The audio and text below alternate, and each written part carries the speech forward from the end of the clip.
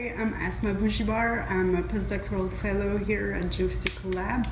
I just arrived 3 months ago and I was in NASA JSC working in Houston, another postdoc. I worked on mercury's formation, differentiation, core formation. So at the AGU, I present work that I conducted there in Houston at NASA JSC. I worked on the 3 particular elements: uranium, thorium, and potassium. These 3 elements are radioactive. And a recent mission to Mercury called MESSENGER measured the concentrations of these elements on the surface of Mercury. So before this mission, we were expecting that the solar system formed in particular conditions where the sun was very hot at the beginning, and so you had solar winds stripping out all volatile elements to the outer parts of the solar system. So we were expecting low concentrations of volatile elements close to the sun.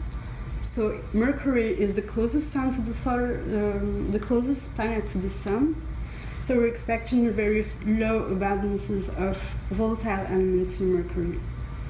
So actually it happened that these 3 elements, radioactive elements, uranium, potassium, and thorium, one of them is volatile and the 2 others not.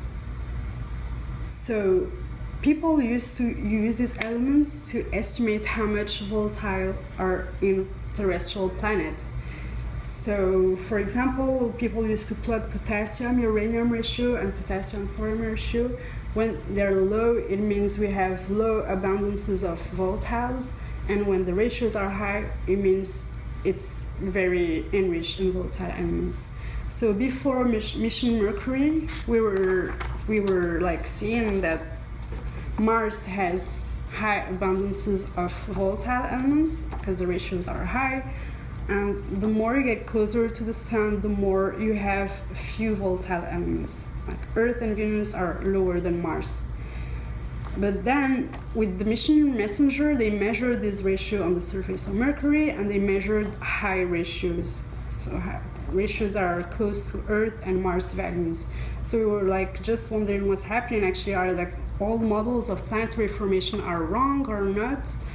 Is Mercury really enriched in volatile elements? So these 3 elements, uranium, thorium, and potassium, before we were thinking that they only concentrate in the mantle and crust. So because of the samples from Earth, meteorites, from Mars and the Moon, we only see these 3 elements in silicates, so in oxides. But it happened that Mercury is different than the other planets, so we cannot have the same extrapolation to Mercury. And in particular, Mercury has a very big core, representing about 70% the mass of the planet, and it also has a sulfide layer. So Mercury is very reduced. The conditions are really completely different than Earth. So we needed to have experiments to look at the behavior of these 3 elements at these special conditions we don't have on Earth. So to do that, we do high temperature experiments to simulate the conditions of core formation, how elements equilibrate during separation of metals and silicate, and see how much uranium, thorium, and potassium go to core and mantle at these particular conditions of Mercury.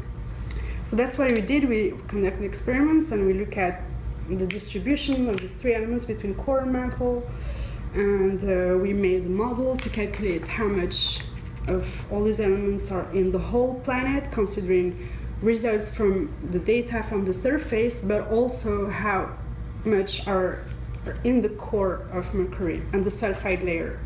So when we did that, we found that actually inside the planet there is much less potassium, the volatile element, in comparison to the 2 others. So on the surface you have an accumulation of potassium over thorium and uranium, and inside you have more uranium and thorium than potassium.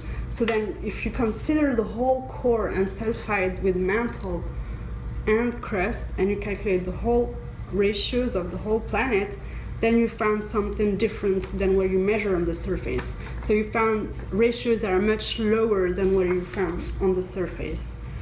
So after, when you plot these ratios here again with the other ratios of the other terrestrial planets, you found the correlation that we were expecting before, which is that the more you're close to the sun, the more you have lower ratios, so more volatile elements.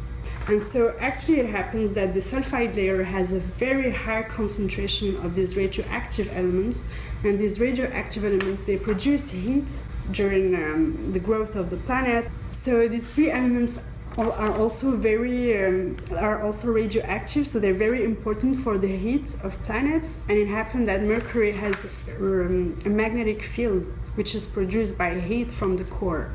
So these three elements inside the planet explain also why Mercury is so small but still has a magnetic field, and how today we still see some recent tectonic activity on Mercury, which is due to all the heat inside the planet.